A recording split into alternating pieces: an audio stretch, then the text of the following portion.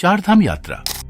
सनातन धर्म में तीर्थ यात्रा करने का विशेष महत्व है और ऐसा कहा जाता है कि अपने जीवन काल में चार धाम यात्रा जरूर कर लेना चाहिए। भारत के चारों दिशाओं पर मौजूद है चार पवित्र धाम, जो हिंदू धर्म के लोगों के लिए सबसे बड़ा आस्था का केंद्र है।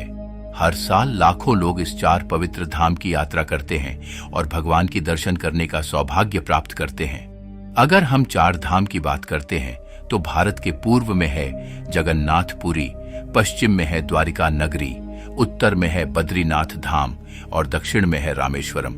चार धाम की स्थापना आदिगुरु शंकराचार्य द्वारा की गई थी। चार धाम यात्रा करना क्यों जरूरी है, ये जानने से पहले चलिए हम पहले चारों पवित्र धाम के बारे में विस्तार से जानते हैं। भारत के पूर्व में ओडिशा राज्य के पुरी जिले में चार धाम में से प्रमुख धाम श्री जगन्नाथ मंदिर मौजूद है। इस धाम को कलयुग का धाम भी कहा जाता है।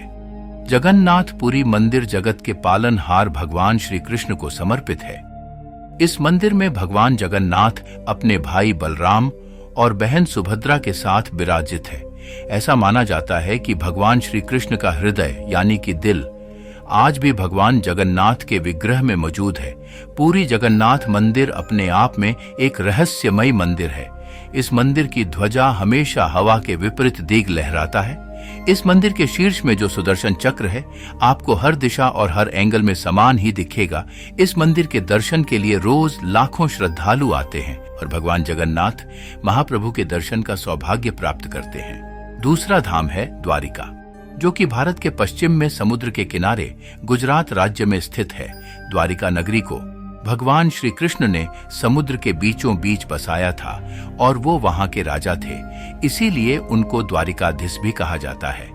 भगवान श्री कृष्ण ने जब धरती का त्याग किया तो उनकी बसाई हुई द्वारिका नगरी समुद्र में डूब गई, जिसके प्रमाण आज भी समुद्र के नीचे मिलती है।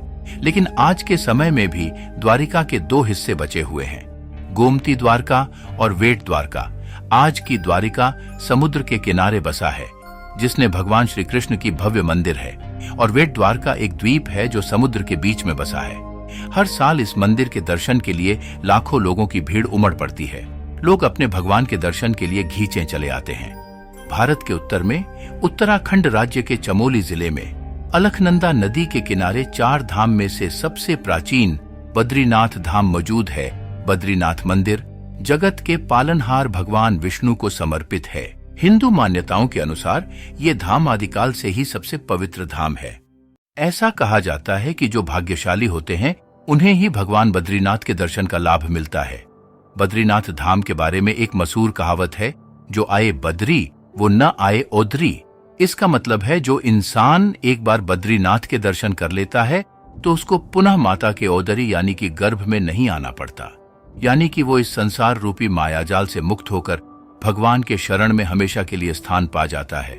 हम आपको बता दें कि हर साल शीत ऋतु के आगमन के बाद 6 महीने बद्रीनाथ धाम के कपाट बंद रहते हैं। भारत देश के दक्षिण में चार धाम में से अंतिम धाम श्री रामेश्वरम मंदिर मौजूद है। ये धाम तमिलनाडु राज्य के रामनाथपुरम जिले में स्थित है। भारत देश में भगवान शिव के स्थित 12 ज्योतिर्लिंग में से ये भी एक है।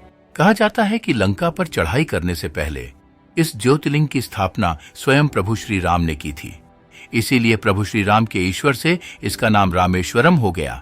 भारत के उत्तर में काशी विश्वनाथ मंदिर की जो महत्व है, उतनी ही महत्व दक्षिण में रामेश्वरम धाम की है।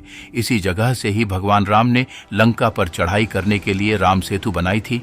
रामेश्वरम का मंदिर भारतीय सांस्कृतिक कारीगर और शिल्पकला का एक अद्भुत नमूना है। ऐसा माना जाता है कि इस मंदिर में भगवान शिव की विधिवत तरीके से पूजा करने से सारे पापों से मुक्ति मिल जाती है। आदिगुरु शंकराचार्य के द्वारा इन चार धाम की स्थापना करने का मुख्य उद्देश्य था भारत के चार दिशाओं में मौजूद इन चार धामों की यात्रा करके लोग भारत के सांस्कृतिक विरासत को जाने और उसके मूल्य को समझ सके। शास्त्रों में कहा गया है कि हर मनुष्य को चार धाम यात्रा जरूर करना चाहिए, क्योंकि ऐसा माना जाता है कि इससे उसको मोक्ष की प्राप्ति होती है और वो हमेशा के लिए भगवान के चरण में स्थान पा जाता है।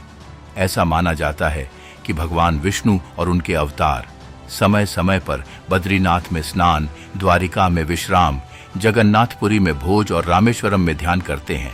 इन चार धामों की यात्रा प्रक्रियाबद्ध तरीके से की जाती है। चार धाम की यात्रा करके हम लोग भारत के सांस्कृतिक विरासत को हम अच्छे से जान सकते हैं। इसीलिए हर मनुष्य को अपने जीवन काल में चार धाम यात्रा जरूर करनी चाहिए।